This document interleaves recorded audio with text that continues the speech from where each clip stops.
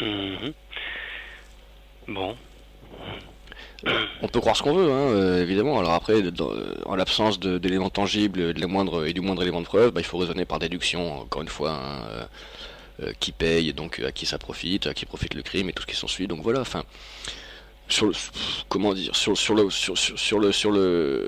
à un moindre niveau, il pourrait paraître assez clair que en foutant tout ce qu'il y a, tout ce qui est semences naturelles sous vide et sous clé, bah, ils se réservent le champ libre pour tout remplacer par des semences brevetées et sur lesquelles ils pourront faire ce qu'ils voudront après en termes de biologie pure, hein, faire la plante qu'ils voudront en kit quoi, hein. À la limite c'est peut-être même ce qui préfigure aussi ce qui va se passer au niveau du génome humain, mais enfin bon. Donc c'est la moindre des déductions qu'on pourrait en faire pour l'instant, mais enfin on a vraiment, enfin moi j'ai aucun élément là-dessus pour en dire davantage quoi. Moi, j'ai mon esprit qui m'incite à penser. Mon réseau de neurones qui me donne la possibilité de penser que il s'alimente différemment du Pékin moyen. Bah j'espère pour eux, ouais, ouais. Hein. Moi, j'ai cessé de souhaiter leur bien. Oh bah ça sert à rien de leur souhaiter du mal, hein. Ah, ben j'en suis pas là. Mais pour l'instant, je me dis que il va falloir que ça change très vite. Oui, oui, oui, oui, oui, mais enfin, la première erreur à faire dans ces cas-là, c'est de sombrer dans la peur et la colère, quoi. Enfin, déjà en soi, ça sert à rien. La colère, ce n'est jamais qu'un avertissement purement instinctif sur une vague menace qui pèse une menace par définition, ben, ça s'identifie, ça se gère, ça s'affronte, puis ça se dépasse, quoi. Donc, Yeah, man. Merci. bah voilà, ouais. Super. J'adore tes paroles. Merci. Autre chose, Paul? Non, c'est bon. Merci à toi. Merci à vous deux. Au revoir. Au revoir. Ciao.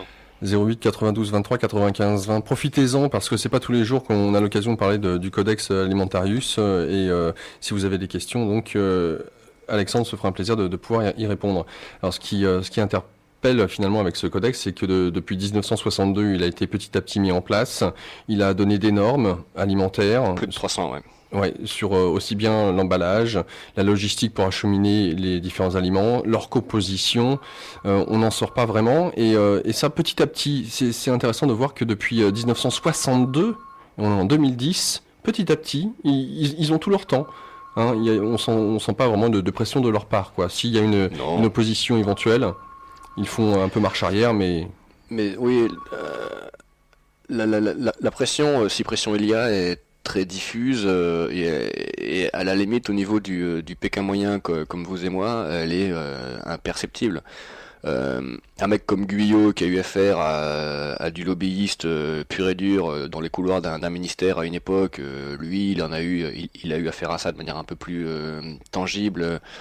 Mais voilà, il faut grimper dans une certaine hiérarchie administrative, juridique ou politique pour avoir conscience de ça vraiment. À notre échelle, on ne peut que constater les effets et encore une fois, à partir de ces effets, essayer de raisonner en remontant l'enchaînement des causes et des conséquences pour essayer de voir comment ça a pu commencer à la rigueur. Mais bon, de ce point de vue-là, on en reste réduit à des simples conjectures. Donc, moi, je suis bien d'accord pour raisonner comme ça, mais il faut vraiment se méfier et ne jamais rien tenir pour acquis, sans quoi on va dire des conneries, quoi. 08 92 23 95 20, nous accueillons Michel. Michel, bonjour. Oui, bonjour. Déjà, je voulais vous remercier pour cette émission qui est très intéressante. Et en fait, je vous appelle parce que je viens de recevoir une information qui m'a fait penser à ce que je viens d'entendre. C'est sur InfoWars, donc c'est paru hier, titré John McCain Attack on Liberty. Et il parle d'un projet de loi qui autoriserait le gouvernement fédéral à réguler les vitamines, les minéraux et virtuellement tout ce qui a trait à la production de nourriture, etc. Donc ça m'a fait vraiment penser, je voulais voir un peu quel était le lien par rapport à tout ce que vous nous racontez. Bah, le lien sur un plan technique, juridique ou légal, ça je saurais pas trop vous dire, hein. Le droit fédéral américain, je m'y connais assez peu, quoi. Oui, mais ça fait partie de ce même mouvement de... Après, voilà, au niveau du contenu, ça va exactement dans le même sens, ouais, ça c'est clair. C'est notamment au niveau de ce qui est des compléments alimentaires. Enfin, d'une part, dans la volonté de rendre les aliments complètement nuls au plan nutritif, et d'autre part, d'interdire les compléments alimentaires qui ont tenté de compenser cette nullité par des apports alternatif en nutriments, en nutriments purs, quoi. Donc oui, ça va typiquement dans ce sens. Ouais. Et ce qui est intéressant, c'est que c'est couplé avec un autre projet de loi qui lui autorise le gouvernement fédéral à détenir les Américains, enfin, les citoyens américains indéfiniment et sans procès, quoi. Donc, Oui, le Patriot Act, oui, oui. non, c'est le S 3081 et S 3002. Je suis pas bien sûr que ça aille dans le même sens pour le coup, mais En tout cas, c'est présenté c'est couplé dans l'article comme étant deux propositions de John McCain, d'accord. qui est aujourd'hui, enfin hier, quoi. Oui, oui, non, mais de toute façon, la loi martiale aux US, maintenant, elle peut être déclenchée en un tournement par un pet de lapin. S'il y en a un qui est mal luné un matin et qui décide que, bon voilà, ça commence à prendre des proportions chez eux qui sont assez hallucinantes. On n'en est pas encore à ce point-là en France ou en Europe, mais enfin, ce qui se passe 5 ou 10 ans, enfin, ce qui se passe chez les US, en général, nous arrive sur le coin de la gueule 5 ou 10 ans après. Donc, effectivement, c'est pas inintéressant de se tenir au courant par rapport à ça. Ouais, et puis ce qui est intéressant, c'est de voir aussi ils avancent sur plusieurs plans en même temps, Oui. c'est-à-dire, Oui. à la fois sur le plan alimentaire, à la fois sur le plan des libertés civiles. Enfin bon, tout est lié, mais Au plan civique, au plan militaire aussi, enfin sur beaucoup plus de plans Voilà, que nous apparemment. Ouais. de la santé, etc. Il y a encore ce matin dans la tribune de Genève, une infirmière qui se plaint d'avoir la sclérose en plaques depuis qu'elle s'est fait vacciner. Je veux dire, c'est comme une espèce de bulldozer, quoi. Ah oui, oui, oui, complètement. Ouais. Là, Bon. les chiens sont lâchés là. Merci en tout cas pour toutes ces informations. C'est Bah, je vous vraiment en prie. passionnant. Avec Merci plaisir. Michel, au revoir. Au revoir. Et nous accueillons Jacques. Jacques, bonjour. Oui, bonjour Laurent, bonjour Monsieur Alexandre Rougier. Bonjour monsieur. Bon, remarquable, je vous écoute depuis 14 heures. Un premier truc concernant le vote, il faut voter. Si vous n'avez pas encore voté, allez-y, c'est Europe Écologie. Hein. C'est ce que je vote moi. Hein. Oui. Ah mais Ça peut avoir une importance assez grande, hein, parce qu'ils sont au courant.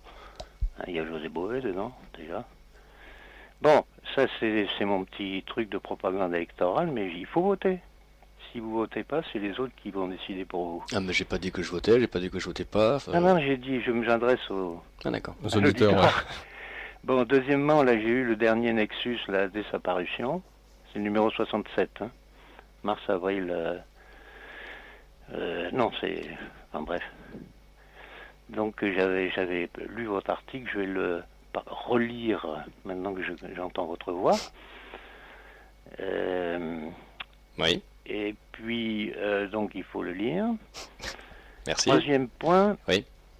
On se pose des questions, comment cette génération qui nous gouverne, là, qui veut tout régenter, arrive à résister. Je me pose une question sur les problèmes de l'obésité. Mhm. Alors, je constate qu'il y a de plus en plus d'obèses, à tous les âges, Mhm.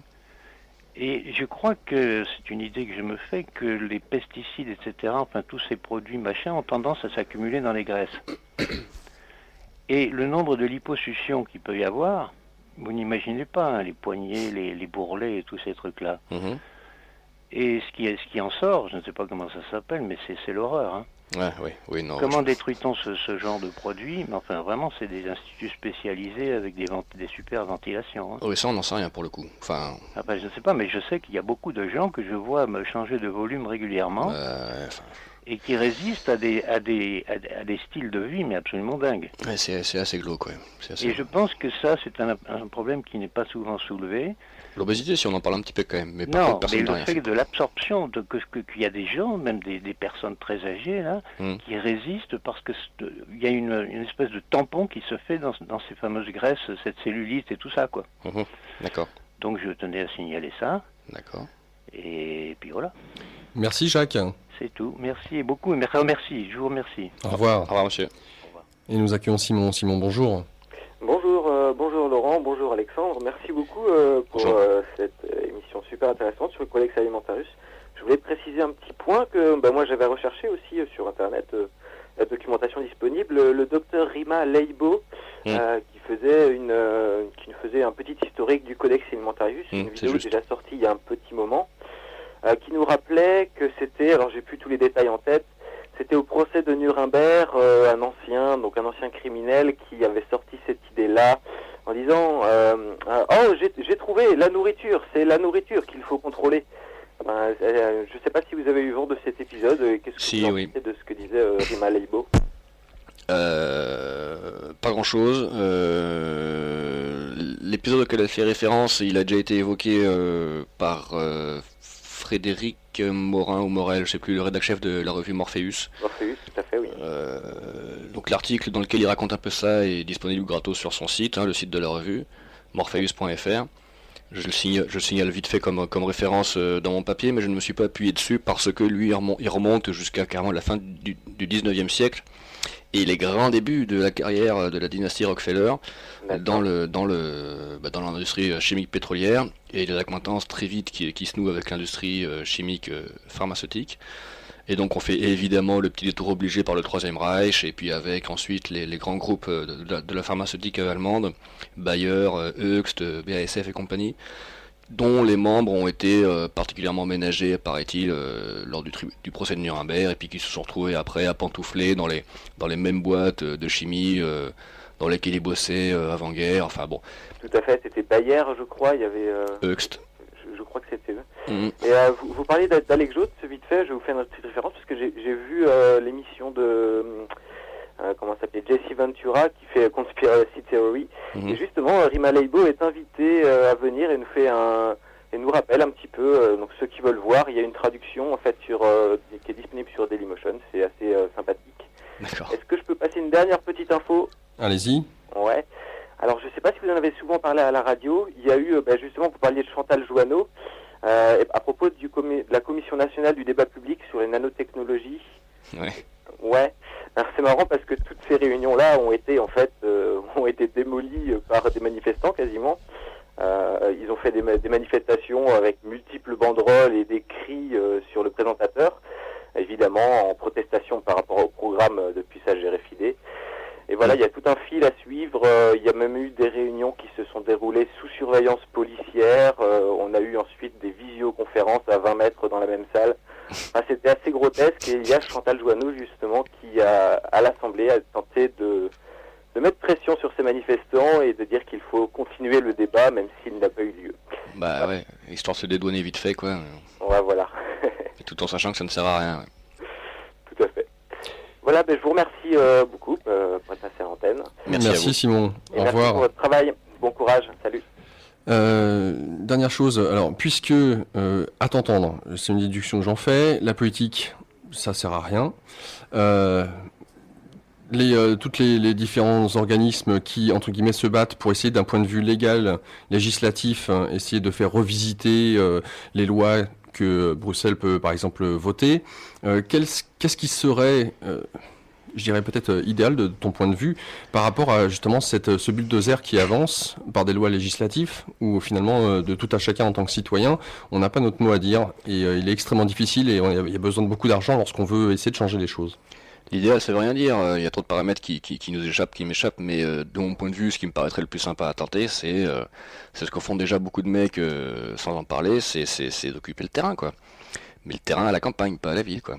Donc de faire pousser des trucs, de s'intéresser à la permaculture, à la biodynamie, de refaire vivre des cultures vivrières et d'étendre ça de proche en proche à un village, puis deux, puis trois, de bâtir des maisons, de foutre des familles dedans, de faire des gosses, et puis de recréer une vraie vie communautaire, locale, enracinée, un peu comme ce que font les SEL, les SEL.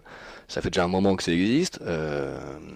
À mon avis, pour les empêcher d'exister, il va falloir simplement les buter, quoi, physiquement, parce que sinon les mecs ils continueront. Puis c'est pas telle loi ou telle norme européenne qui va les empêcher de faire ce qu'ils ont à faire.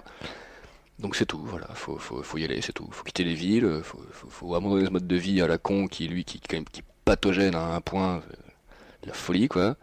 Brûler vos télévisions, garder éventuellement une connexion internet de temps en temps pour envoyer des nouvelles si vous voulez au cybercafé de la sous-préfecture la plus proche, quoi. Mais sinon, faut retourner à la terre, quoi. Voilà. Retour à la nature. Back to basics, quoi. Back to the roots. Ok, Alexandre Rouget, un grand merci. Je rappelle pour les auditeurs qu'ils peuvent suivre l'article dans le dernier Nexus concernant le Codex Alimentarius. Merci beaucoup pour ta venue, pour avoir répondu aux questions des auditeurs. Merci à toi, avec plaisir. Et puis au plaisir. À la prochaine. Au revoir Alexandre. La suite de nos programmes, eh bien, le temps pour moi de raccompagner